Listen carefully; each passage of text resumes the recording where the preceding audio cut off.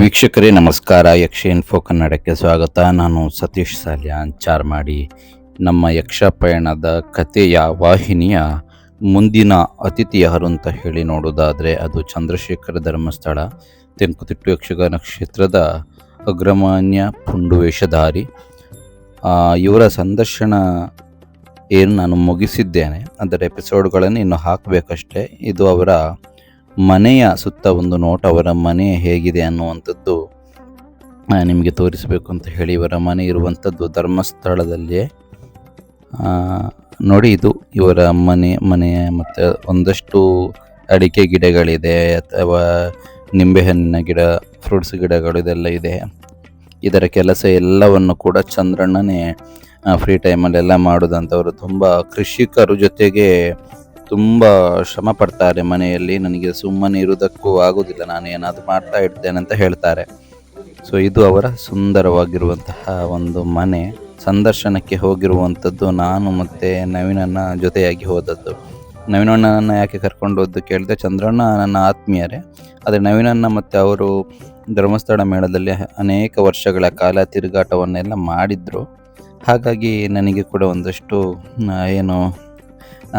Company ಆಗ್ತದಲ್ಲ ಅಂತೇಳಿ ಕರ್ಕೊಂಡು ಹೋದ್ದು. ನೋಡಿ ಚಂದ್ರಣ್ಣ, ಇದು ಇವರ ಮನೆಯ ಸುಂದರವಾಗಿರುವಂತಹ ಒಂದು ದೃಶ್ಯವನ್ನು ನಿಮಗೆ ತೋರಿಸ್ತಾ ಇದ್ದೇವೆ. ನವೀನಣ್ಣ ಕೂಡ ಬಂದಿದ್ರು. ಇದು ಹೊರಗಡೆ ಇರುವಂಥದ್ದು. ಹೊರಗಡೆಯಿಂದ ಈ ರೀತಿ ತುಂಬ ಗಿಡ ಇದೆ, ಅಡಿಕೆ ಗಿಡಗಳಿದೆ, ಅಥವಾ ನಿಂಬೆಹಣ್ಣು, ರಂಬೂಟನ್ ಗಿಡಗಳು ಎಲ್ಲವೂ ಕೂಡ ಇದೆ. ಯಕ್ಷದೀಪ ಅನ್ನುವಂತಹ ಹೆಸರು ಇದೆ. ಮನೆಗೆ ಯಕ್ಷದೀಪ ಅನ್ನುವಂತಹ ಹೆಸರನ್ನು ಕೂಡ ಇಟ್ಟಿದ್ದಾರೆ. ಇದು ಮನೆಯ ಒಳಗಡೆ ಇರುವಂತಹ ನೋಡಿ, ಒಂದಷ್ಟು ಸ್ಮರಣಿಕೆಗಳು, ಫೋಟೋ ಫ್ರೇಮ್ಗಳು ಅಥವಾ ಸನ್ಮಾನ ಪತ್ರಗಳು ಇದೆಲ್ಲ ಇದೆ. ಇಲ್ಲಿ ನಾನು ಶೂಟ್ ಮಾಡಿರುವಂಥದ್ದು ಇದುವರೆಗೆ ಸಿಕ್ಕಿರುವಂತಹ ನೋಡಿ, ಇದು ಮನೆಯ ಒಂದಷ್ಟು ಫೋಟೋ ಫ್ರೇಮ್ಗಳನ್ನು ನೋಡಿರ್ತೀರಿ. ತುಂಬ ದೊಡ್ಡದಾಗಿರುವಂಥ ಮನೆ, ಒಳ್ಳೆಯ ಮನೆ. ಅವರ ಮನೆಗೆ ಹೋಗಿ ಮನೆಯಲ್ಲಿ ನಾನು ಮತ್ತು ನವೀನಣ್ಣ ಹೋಗುವಾಗ ನಮಗೆ ಒಳ್ಳೆಯ ದೋಸೆ, ಕೋಳಿ ಎಲ್ಲ ಇತ್ತು. ಒಳ್ಳೆಯ ವ್ಯವಸ್ಥೆಯನ್ನೆಲ್ಲ ಮಾಡಿದ್ದಾರೆ. ಬಟ್ ನವೀನಣ್ಣ ಏನು ಹೇಳಿದರೆ, ಅವರು ಬೇಗ ಹೋದರು, ಅವರಿಗೆ ಚಿಕ್ಕಮೇಳಕ್ಕೆ ಹೋಗಲಿಕ್ಕಿತ್ತು. ನಾನು ಮಾತ್ರ ಸಂದರ್ಶನ ಮುಗಿಸಿ ಸ್ವಲ್ಪ ತಡ ಆಗಿ ಬಂದದ್ದು. ಒಳ್ಳೆಯ ರೀತಿಯ ಅವರ ನೋಡಿ, ಮುಂದಕ್ಕೆ ವಿಡಿಯೋದಲ್ಲಿ ಬರ್ತದೆ, ಅವರ ಮಡದಿ ಮತ್ತು ಅವರ 3 ಜನ ಮಕ್ಕಳನ್ನು ಮಾತಾಡಿಸುವಂಥ ಪ್ರಯತ್ನವನ್ನು ಕೂಡ ಮಾಡಿದ್ದೇನೆ. ಅದು ಕೂಡ ವಿಡಿಯೋದಲ್ಲಿ ನೀವು ಅದನ್ನು ಕೂಡ ಕಾಣಬಹುದು. ನೋಡಿ, ಇದು ಕಿಚನ್ನ ದೃಷ್ಟಿಯನ್ನು ನೋಡಿ ಹೇಗಿದೆ. ಇದು ಅಲ್ಲೇ ಇರುವಂತಹ ಎಕ್ಸ್ಟ್ರಾ ರೂಮುಗಳು ಈ ರೀತಿ ಇದೆ. ರೂಮ್ ಮತ್ತು ಇಲ್ಲಿಂದ ಹೋದರೆ ಬಾತ್ರೂಮ್, ವಾಶ್ರೂಮ್ಗಳೆಲ್ಲ ಇಲ್ಲಿ ಇದೆ. ಚೆನ್ನಾಗಿರುವಂತಹ ಒಂದು ಸುಂದರವಾಗಿರುವಂತಹ ಮನೆ ಇದು.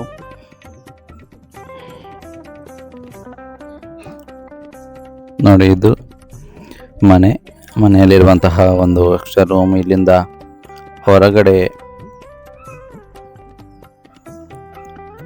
ಹೊರಗಡೆ ನೋಡುವಾಗ ನೋಡಿ ಈ ರೀತಿ ಇದೆ. ಇದರ ನಡುವೆ ಹೊರಗಡೆ ಇರುವಂತಹ ಏನು ನೋಡಿ, ನಿಂಬೆಹಣ್ಣಿನ ಗಿಡದ ನಿಂಬೆಹಣ್ಣು ಕೂಡ ಆಗಿತ್ತು, ಮತ್ತು ವೀಳ್ಯದ ಎಲೆ ಗಿಡಗಳು ಇದೆ. ತದನಂತರ ಅಲ್ಲಿ ರಂಬೂಟಾನ್ ಗಿಡಗಳಿದೆ. ಸೊ ಇದೆಲ್ಲವೂ ಕೂಡ ಅವರ ಮನೆಯಲ್ಲಿ ಇರುವಂಥದ್ದು. ನಾನು ಮನೆಯ ಒಂದಷ್ಟು ಚಿತ್ರಣವನ್ನು ಮಾಡಿದ್ದೇನೆ. ನೋಡಿ, ಇದರ ಕೆಲಸ ಎಲ್ಲ ಅವರೇ ಮಾಡುವಂಥದ್ದು, ತೋಟದ ಕೆಲಸ ಎಲ್ಲ. ಕೇವಲ ರಂಗಸ್ಥಳದಲ್ಲಿ ನೀವಂಥದ್ದು ಮಾತ್ರ ಅಲ್ಲ, ನಮ್ಮ ಚಂದ್ರಣ್ಣ ಮನೆಯಲ್ಲಿದ್ದರೆ ಏನಾದರೂ ಕೆಲಸ ಎಲ್ಲ ಮಾಡ್ತಾ ಇರ್ತೇನೆ ಅಂತ ಹೇಳ್ತಾರೆ. ಸೊ ಇಷ್ಟು ನಾನು ಮನೆಯ ಚಿತ್ರಣ ಆದ ನಂತರ ಸ್ವಲ್ಪ ಸ್ಲ್ಯಾಬ್ ಮೇಲೆ ಹೋಗಿ ಸ್ವಲ್ಪ ವಿಡಿಯೋವನ್ನು ತೋರಿಸಿದ್ದೇನೆ. ನೋಡಿ, ಇದು ಈ ಮನೆಯ ದೃಶ್ಯ ಆದ ನಂತರ ಅವರ ಮಕ್ಕಳನ್ನು ಮತ್ತು ಅವರ ಮಡದಿಯನ್ನು ಮಾತಾಡಿಸುವಂತಹ ದೃಶ್ಯ ಬರ್ತದೆ. ಅದನ್ನು ನೋಡಿ ಮುಂದಿನ ಭಾಗದಲ್ಲಿ ಅವರ ಸಂದರ್ಶನದ ಭಾಗವನ್ನು ನಾನು ಹಾಕ್ತೇನೆ. ನೋಡಿ, ಎಂಜಾಯ್ ಮಾಡಿ. ವಾಹಿನಿಗೆ ಸಬ್ಸ್ಕ್ರೈಬ್ ಆಗದಿದೆ, ಸಬ್ಸ್ಕ್ರೈಬ್ ಆಗಿ, ವಿಡಿಯೋವನ್ನು ಶೇರ್ ಮಾಡಿ. ಓಕೆ, ನಾನು ಮುಂದಿನ ಬ್ಲಾಗಲ್ಲಿ ಸಿಗ್ತೇನೆ. ವಿಡಿಯೋ ಮುಂದುವರಿತದೆ. ಅವರ ಮಕ್ಕಳು ಮತ್ತು ಮಡದಿ ಮಾತಾಡುವಂಥದ್ದನ್ನು ಕೇಳಿ. ನಮಸ್ಕಾರ.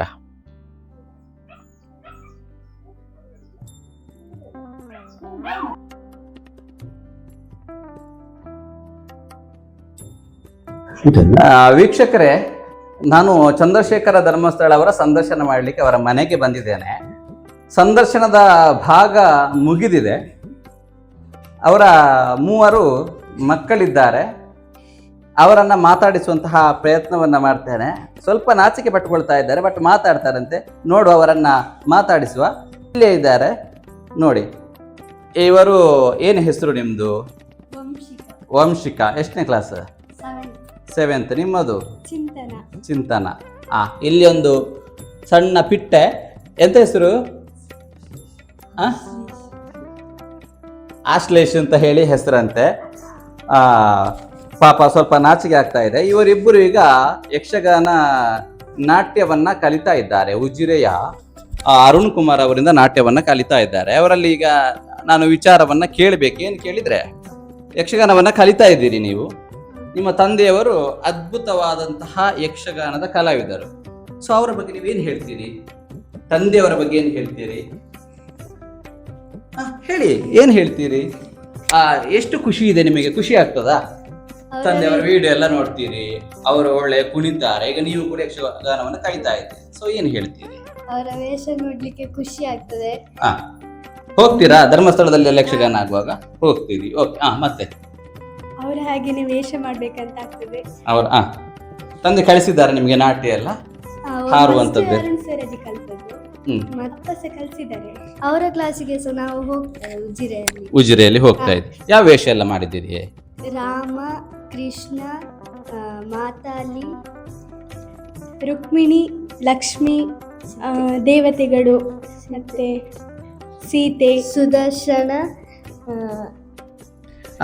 ಎಷ್ಟು ಪ್ರೌಡ್ ಫೀಲ್ ಇದೆ. ನಿಮ್ಮ ತಂದೆಯವರು ಅದ್ಭುತವಾದ, ನಿಮಗೆ ಗೊತ್ತಿರ್ಲಿಕ್ಕಿಲ್ಲ ಅವರಿಗೆ ಎಷ್ಟು ಪ್ರಸಿದ್ಧಿ ಇದೆ, ಎಷ್ಟು ಅಭಿಮಾನಿಗಳಿದ್ದಾರೆ ಅನ್ನುವಂಥ. ನೀವಿನ್ನು ಆ ಪುಟ್ಟ ಮಕ್ಕಳು, ಹಾಗಾಗಿ ಅಷ್ಟು ಲೋಕಜ್ಞಾನ ಇರ್ಲಿಕ್ಕಿಲ್ಲ. ಆದರೂ ನಿಮಗೆ ಎಷ್ಟು ಪ್ರೌಢತೆ ಅನ್ನುವಂಥದ್ದು. ನಿಮ್ಮ ಎಷ್ಟು, ನೀವೀಗ 10th, ಇವರು 7th. ನಿಮಗೆ ಎಷ್ಟು ಅವರಿಗೆ ರೆಸ್ಪೆಕ್ಟ್ ಇದೆ ಅಂತ ಹೇಳಿ ಫೀಲ್ ಆಗ್ತದೆ? ಅಥವಾ ನಿಮಗೆ ಏನು ಫೀಲ್ ಆಗ್ತದೆ ತಂದೆಯವರ ಬಗ್ಗೆ? ಹೇಗೆ? ಯೂಟ್ಯೂಬ್ ಅಲ್ಲಿ ವಿಡಿಯೋ ಎಲ್ಲ ನೋಡುವಾಗ, ಮತ್ತೆ ಅವರ ಸಂದರ್ಶನ ಎಲ್ಲ ಯೂಟ್ಯೂಬ್ ಅಲ್ಲಿ ಒಂದೊಂದು ಬರ್ತಾ ಇರ್ತದೆ. ಅದನ್ನೆಲ್ಲ ನೋಡುವಾಗ ಖುಷಿ ಆಗ್ತದೆ. ನೋಡ್ಬೇಕಂತ ಅನಿಸ್ತದೆ. ಹಾಗಾಗಿ ತಂದೆಯವರ ಯಕ್ಷಗಾನ, ಅವರು ಎಷ್ಟು ದೊಡ್ಡ ಕಲಾವಿದ ಆದ್ರೂ ಅವರ ಮಕ್ಕಳಾಗಿ ನೀವಿದ್ದೀರಿ. ನೀವು ಗ್ರೇಟ್ ಅಂತ ಹೇಳಬೇಕು. ಸೊ ನೀವು ಕೂಡ ಒಳ್ಳೆಯ ರೀತಿಯಲ್ಲಿ ಇನ್ನೂ ಯಕ್ಷಗಾನವನ್ನ ಕಲಿತು ಒಳ್ಳೆಯ ಎಜುಕೇಶನ್ ಅನ್ನ, ಈಗ ಒಬ್ರು 10th, 7th, ಇನ್ನೊಬ್ರು LKG ಅಂತೆ, ಒಳ್ಳೆ ಎಜುಕೇಶನ್ ಅನ್ನ ಪಡ್ಕೊಂಡು ನೆಕ್ಸ್ಟ್ ಏನಾಗ್ಬೇಕು ಅಂತಿದ್ದೀರಿ? ಏನು ನಿಮ್ಮ ಗೋಲ್ ಏನು? ಎಜುಕೇಶನ್ ಎಲ್ಲ 10th ಆಯ್ತಲ್ಲ, ಇನ್ನು PUC, ನೀನು ಮುಂದೆ ಏನಾಗಬೇಕು ಅಂತ ಹೇಳಿದೆ? ನಿಮ್ಮ ಗೋಲ್ ಏನಿದೆ? CA ಆಗ್ಬೇಕಂತ. CA ಆಗಬೇಕು. ಇಂಜಿನಿಯರಿಂಗ್ ಫೀಲ್ಡ್ ಅಲ್ಲಿ. ಇಂಜಿನಿಯರಿಂಗ್ ಫೀಲ್ಡ್ ಅನ್ನ. ಓಕೆ. ನೀವು ಕಲಿಸಿದಂತಹ ನಿಮ್ಮನ್ನ ಈಗ ನಿಮ್ಮ ಗುರುಗಳು ಹೇಗೆ ಕಲಿಸ್ತಾರೋ ಅದೇ ರೀತಿ ನಿಮ್ಮ ತಂದೆಯವರು ನಿಮ್ಮನ್ನ ಶಾಲೆಗೆ ಕಲಿಸುವುದರ ಜೊತೆಗೆ ಯಕ್ಷಗಾನದಲ್ಲಿ ಕೂಡ ನಿಮ್ಮನ್ನ ತೊಡಗಿಸಿಕೊಳ್ಳುವ ಹಾಗೆ ಮಾಡಿದ್ದಾರೆ. ಸೊ ಯಕ್ಷಗಾನದ ಜೊತೆಗೆ ನೀವು ಇಂಜಿನಿಯರ್ ಆಗಬೇಕು, ನೀವು CA ಅನ್ನ ಮಾಡಬೇಕು. ಬಟ್ ಇವರು ಮಾತಾಡುವುದಿಲ್ಲ, ಹಾಗಾಗಿ ಇವ್ರು ಏನಾಗ್ತಾರೆ ಅಂತ ಹೇಳಿ ಗೊತ್ತಿಲ್ಲ. ಪುಟ್ಟ ಮಗು. ಓಕೆ, ನಿಮ್ಮ ಎಲ್ಲ ಆಸೆಗಳು ಕೂಡ ಅದು ಈಡೇರಲಿ ಅನ್ನುವಂಥದ್ದು ನಮ್ಮ ವಾಹಿನಿಯ ಪರವಾಗಿ ನಾನು ಏನು ಹೇಳಿಕೊಳ್ಳುತ್ತೇನೆ. ಅಮ್ಮ ನಮಸ್ತೆ. ಚಂದ್ರಶೇಖರ ಧರ್ಮಸ್ಥಳ ಅನ್ನುವಂತಹ ಪ್ರಚಂಡ ಪುಂಡುವೇಷಧಾರಿ ಅದ್ಭುತ ಯಕ್ಷಗಾನ ಕಲಾವಿದರ ಧರ್ಮಪತ್ನಿ ನೀವು. ಅವರು ಇಷ್ಟು ಮುನ್ನಡೆಯುವುದಕ್ಕೆ ನೀವು ಕೂಡ ಬಲಗೈಯ ಹಾಗೆ ಜೊತೆ ಇದ್ದವರು. ಅವರ ಬಗ್ಗೆ ಏನು ಹೇಳ್ತೀರಿ? ಯಕ್ಷಗಾನ ಇಷ್ಟ, ಆದರೆ ಅವರಿಗೆ ಸಿಕ್ಕಿದಂತಹ ಈ ಜನಪ್ರಸಿದ್ಧಿಯ ಬಗ್ಗೆ ಏನು ಹೇಳಿ?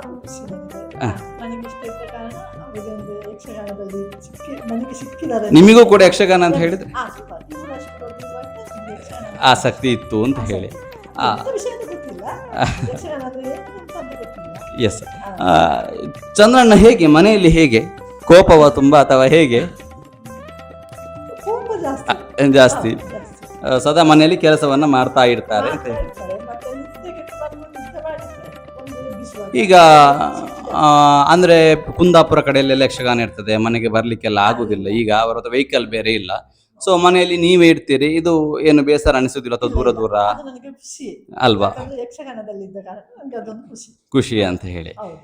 S sir. ಕಡೆಯದಾಗಿ ನಿಮ್ಮ ಯಾರು ಇಲ್ಲಿದ್ದಾರೆ ನಿಮ್ಮ ಹಸ್ಬೆಂಡ್ ಅವರ ಬಗ್ಗೆ ಏನು ಹೇಳ್ತೀರಿ? ಕಡೆಯದಾಗಿ ಇಷ್ಟು ವರ್ಷ ಯಕ್ಷಗಾನದಲ್ಲಿ ಸೇವೆ ಸಲ್ಲಿಸುವುದರ ಕುರಿತಾಗಿ ನೀವೇನು ಹೇಳಲಿಕ್ಕೆ ಇಷ್ಟಪಡ್ತೀರಿ? ನನಗೆ ಅಂದ್ರೆ ಯಾವತ್ತು ಅವರೊಂದು ಯಕ್ಷಗಾನದಲ್ಲಿ ಹೆಸರು ಪಡಿಬೇಕು. ಹಾ. ಹಾಗೆ ಒಂದು ಇಷ್ಟ ಉಂಟು. ಎಸ್, ಇದಿಷ್ಟು. Okay, thank you so much ಅವರ ಬಗ್ಗೆ ಇಷ್ಟು ಅಭಿಪ್ರಾಯವನ್ನ ವ್ಯಕ್ತಪಡಿಸಿದ್ದಕ್ಕೆ. ಎಸ್ ವೀಕ್ಷಕರೇ, ನೋಡಿದ್ರಲ್ಲ, ಇದು ಚಂದ್ರಶೇಖರ್ ಧರ್ಮಸ್ಥಳ ಅವರ ಮಕ್ಕಳು ಹಾಗೆ ಅವರ ಧರ್ಮಪತ್ನಿ ಇವರ ಮನದಾಳದ ಮಾತನ್ನ ನಾನು ನಿಮಗೆ ಹೇಳಿಸಿದ್ದೇನೆ. ಇವರ ಬಗೆಗೆ ಉತ್ತಮವಾಗಿ ಮೂಡಿ ಬಂದಂತಹ ಸಂದರ್ಶನದ ಭಾಗ ಇದೆ. ಇದನ್ನ ನಾನು ಎಪಿಸೋಡ್ ವೈಸ್ ಹಾಕ್ತೇನೆ, ಅದನ್ನ ನೋಡಿ ಅದಕ್ಕೆ ಸಪೋರ್ಟ್ ಮಾಡಿ ಅಂತ ಹೇಳ್ತಾ ಮುಂದಿನ ವಿಡಿಯೋದಲ್ಲಿ ಸಿಗೋಣ. ನಮಸ್ಕಾರ.